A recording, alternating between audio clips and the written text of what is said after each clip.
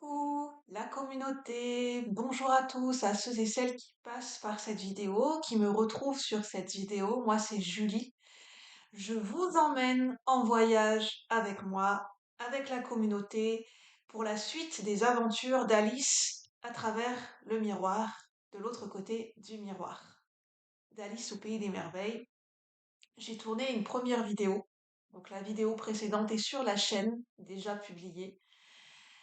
Donc je vous invite à aller voir la première partie, sinon de prendre le train en marche et de nous rattraper. Nous allons continuer la suite de l'aventure parce que j'en ai envie.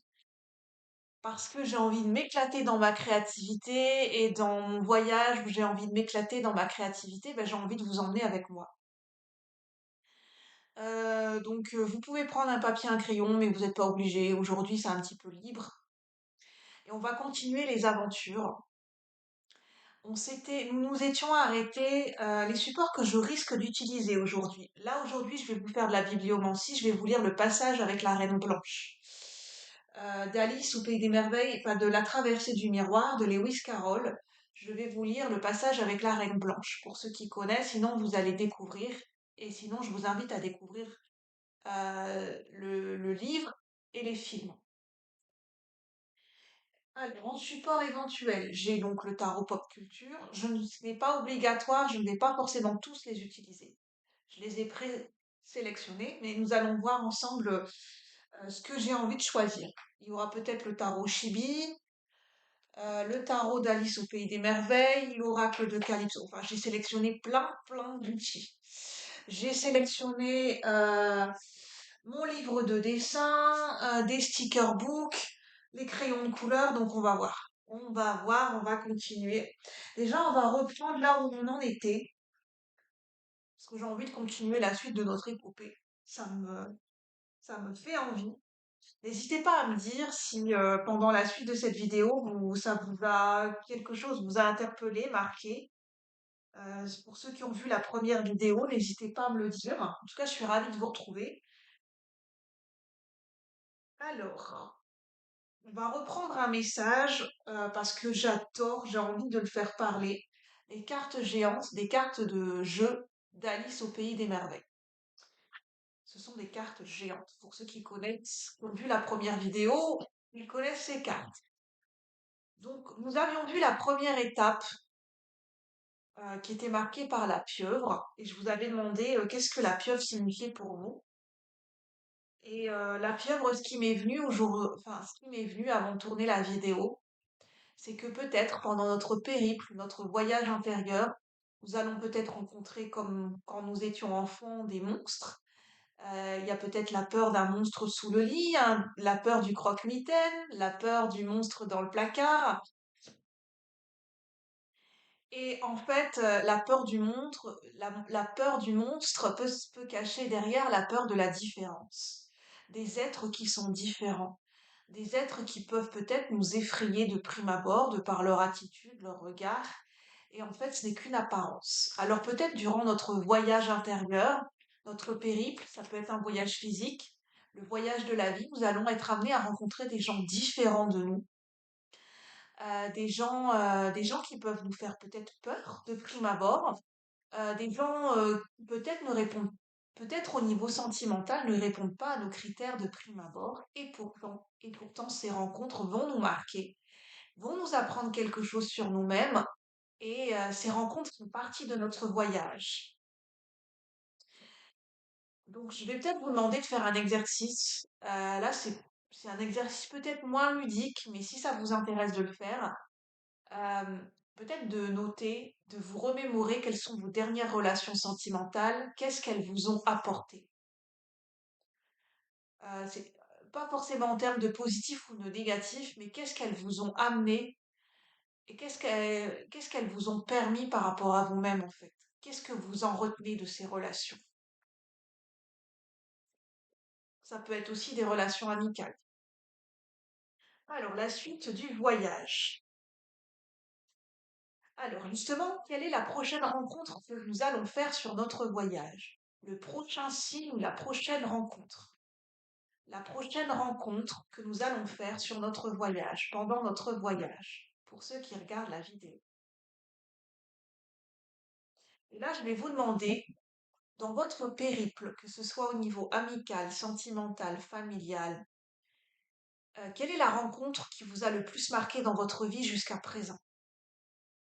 Qu'est-ce que vous retenez de cette personne et pourquoi? N'hésitez pas à prendre une feuille et un crayon et je vous laisse le temps de noter.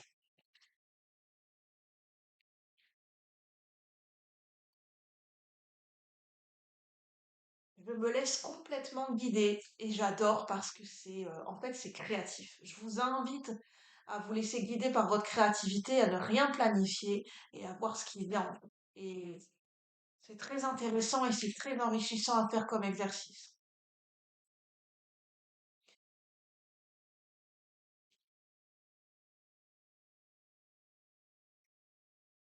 Je vous laisse réfléchir de votre côté. Alors, quelle est notre prochaine rencontre pour ceux qui regardent la vidéo, pour la communauté, notre prochaine rencontre pour ce voyage? Alors, nous avons cette carte.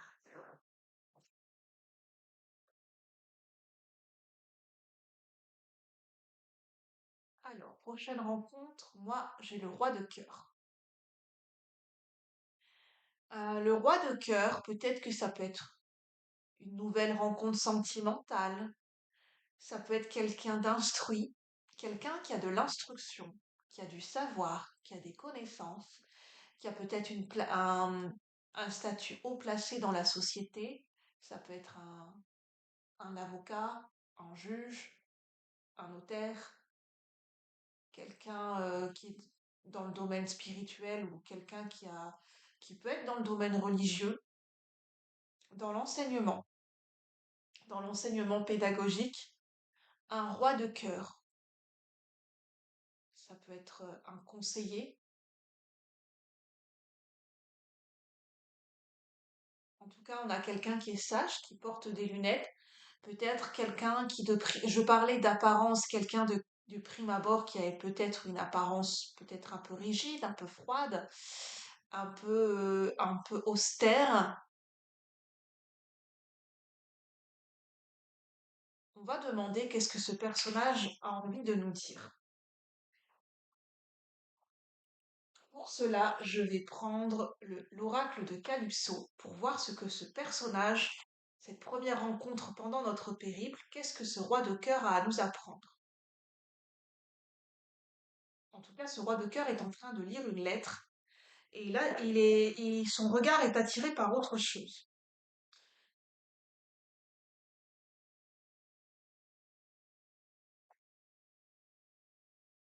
Là, je ressens que c'est un voyage un peu plus posé. Qu'est-ce que ce roi de cœur a à nous apprendre? Pour ceux qui regardent la vidéo, quel est le message de ce roi de cœur?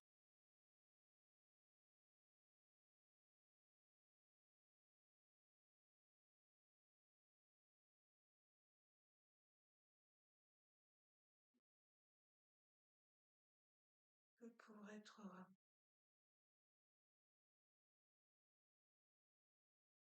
Oui, peut-être quelqu'un qui est dans une attitude un petit peu austère. Ça peut être quelqu'un qui ne voit pas votre peine. Un roi de cœur, peut-être qui ne se rend pas compte, si ça vous parle, d'une peine de cœur, d'une tristesse, d'un désarroi, d'un chagrin. Quelqu'un qui ne se rend pas compte de quelque chose,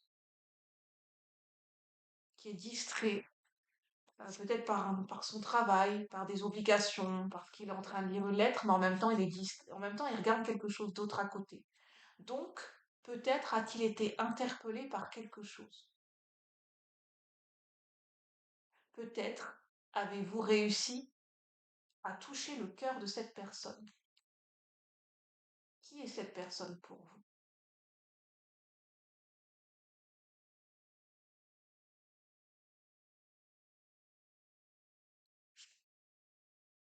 Bon, je vous montre, hein.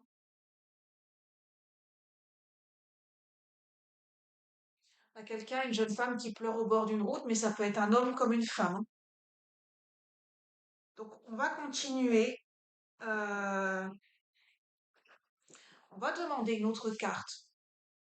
Pour cette première rencontre, on va demander une autre carte.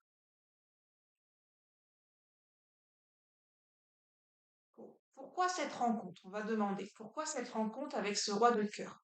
Pour ce voyage collectif, ce voyage créatif. Pour ceux qui regardent la vidéo, pourquoi ce roi de cœur? Pourquoi cette rencontre avec ce roi de cœur? Euh, on a quelqu'un qui est sur la défensive. Donc, on a un poisson. Vous savez, les poissons qui se gonflent et qui ont des pics. Ça me fait penser au hérisson. Donc, on a quelqu'un qui est sur la défensive, qui ne se laisse pas approcher, mais je pense que c'est qu'une apparence. Ce n'est simplement qu'une apparence. Moi, je vois quelqu'un qui peut être quand même touché et attendri par vous, par quelque chose. C'est juste une apparence, en fait. Je vois quelqu'un qui est peut-être sur ce chemin, quelqu'un qui est sur la défensive, qui est en retrait, qui se préserve beaucoup.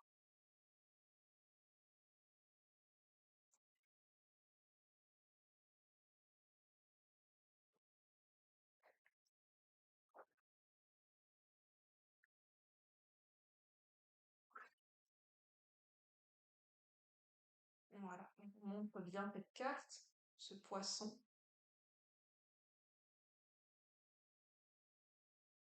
N'hésitez pas à faire ce qui me vient, si vous le souhaitez, à faire des recherches sur ce poisson. Je ne connais pas son nom, de voir, enfin, je sais pas, son mode de vie, son alimentation, quel est le nom de ce poisson. Il pourrait y avoir des signes et des synchronicités par rapport à ce poisson en particulier.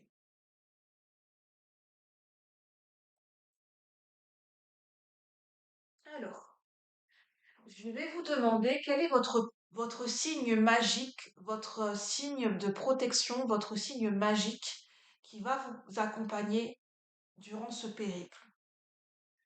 Alors, vous avez soit le choix numéro un, soit le choix numéro 2.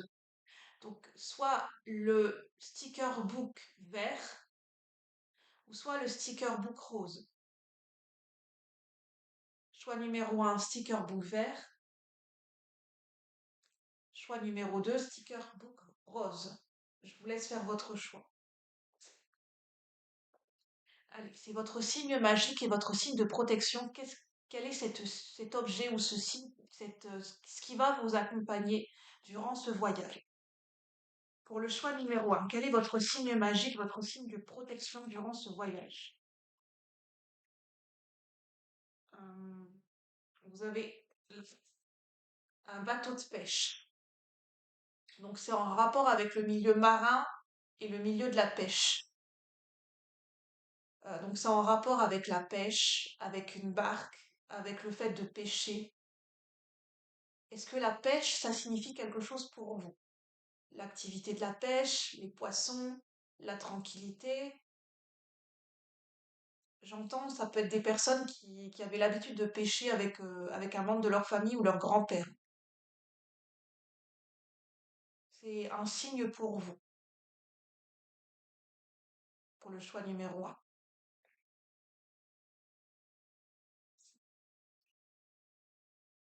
Alors, quel est le signe magique qui va vous accompagner pour le choix numéro 2? Choix numéro 2.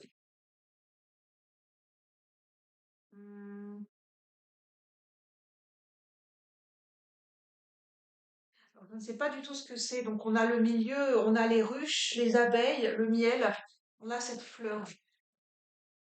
Pour le choix numéro 2, on a cette fleur. Donc, je ne sais pas. Est-ce que c'est... Moi, ça me fait penser, même si c'est pas forcément ça, mais moi, ça me fait penser à la fleur d'oranger. Alors, peut-être que l'odeur de la fleur d'oranger peut vous apaiser. Le goût, le goût de la fleur d'oranger. Des tisanes à base de fleurs d'oranger. Peut-être que du miel, ça peut vous apaiser. Le miel, c'est réconfortant, c'est doux, c'est sucré. On peut en mettre dans des préparations de tisanes. Il y a peut-être un lien avec des tisanes, avec des préparations naturelles. On a le lien avec les abeilles. Les abeilles, ça correspond à la communauté, au travail d'équipe, à l'entraide. Vous voyez comment ça vous parle, hein. Donc, il y a cette plante pour le choix numéro 2. Si ça vous parle, c'est peut-être un signe pour vous. Peut-être que pour le choix numéro 2, vous avez besoin de vous coucouner en ce moment. Alors, qu'est-ce qu'on va demander? On va demander des messages. Là, ce sont des personnages qui vont vous parler. À travers les cartes que je vais choisir, je pense que je vais plutôt prendre celui-là parce que là, il y a plus de personnages. Euh, Vous allez recevoir des messages à travers chaque personnage, chaque archétype qui va venir parler à toute la communauté pour ceux qui regardent la vidéo. Donc là, je sens que c'est une vidéo un peu plus calme. Alors, qu'est-ce qu'on veut nous dire pour la communauté? Alors, quels sont les personnages, les rencontres, les archétypes? Quels sont les personnages, les archétypes qui ont besoin de nous transmettre un message pour ce voyage créatif, ce voyage intérieur?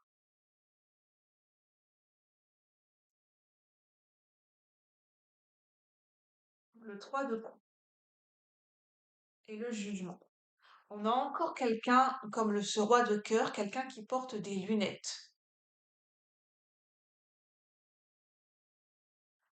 Donc on a peut-être quelqu'un, on a l'idée d'un mentor, d'un professeur. Peut-être que pendant ce voyage, que représente déjà ce voyage pour vous, ce voyage intérieur ou extérieur, dans tout domaine de votre vie? Euh, Vous aurez peut-être la possibilité, l'opportunité de rencontrer un mentor, un conseiller, un professeur, quelqu'un qui va vous guider par rapport à un domaine ou par rapport à vous-même.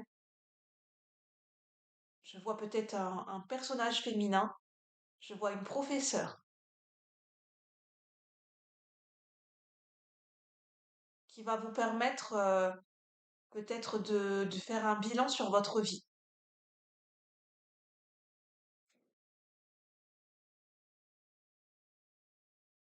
Le 3 de coupe, ça nous parle d'amusement.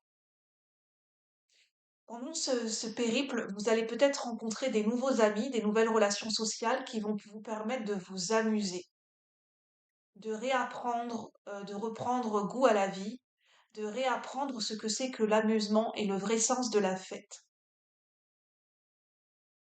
Ça peut passer aussi par la rencontre ou le fait de passer du temps avec des enfants.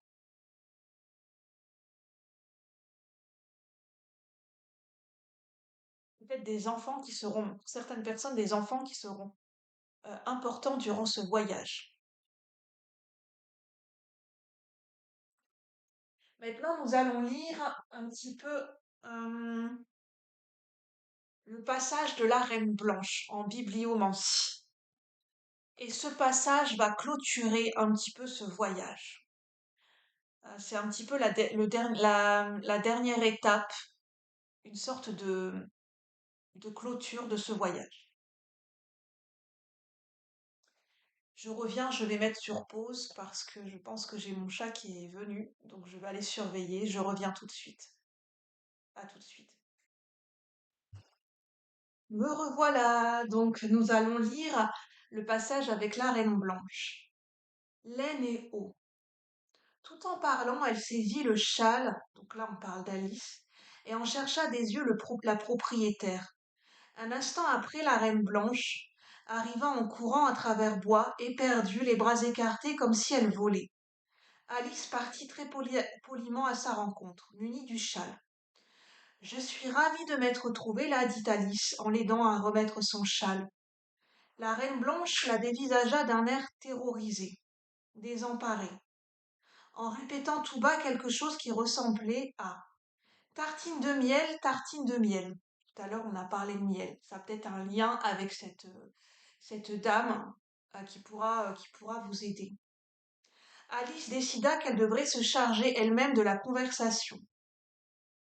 Est-ce à la Reine Blanche que j'ai l'honneur d'avoir remis ce châle élégant? Le châle, oui, dit la Reine, mais les gants, je ne les avais pas perdus. Vous ne m'avez tout de même pas rhabillée de pied en cap.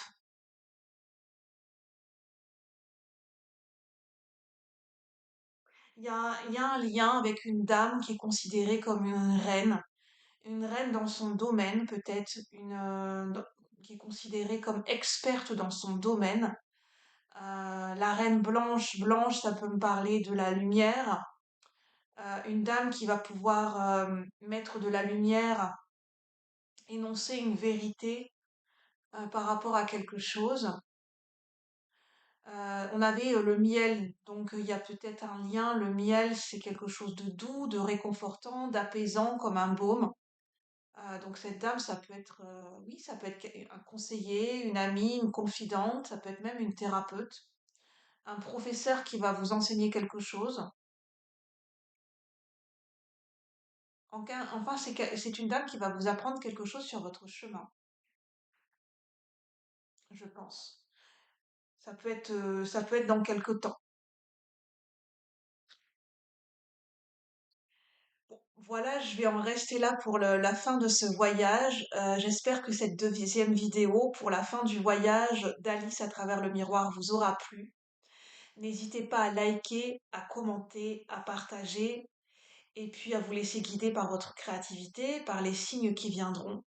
Et ne pas hésiter à revisionner la première et la deuxième vidéo pour avoir des messages complémentaires et pour lire entre les lignes et voir les détails qui s'y cachent dans chaque vidéo. Sur ce, je vous souhaite une bonne après-midi et je vous dis à bientôt pour de nouvelles vidéos. Merci la communauté, bye bye, bon voyage.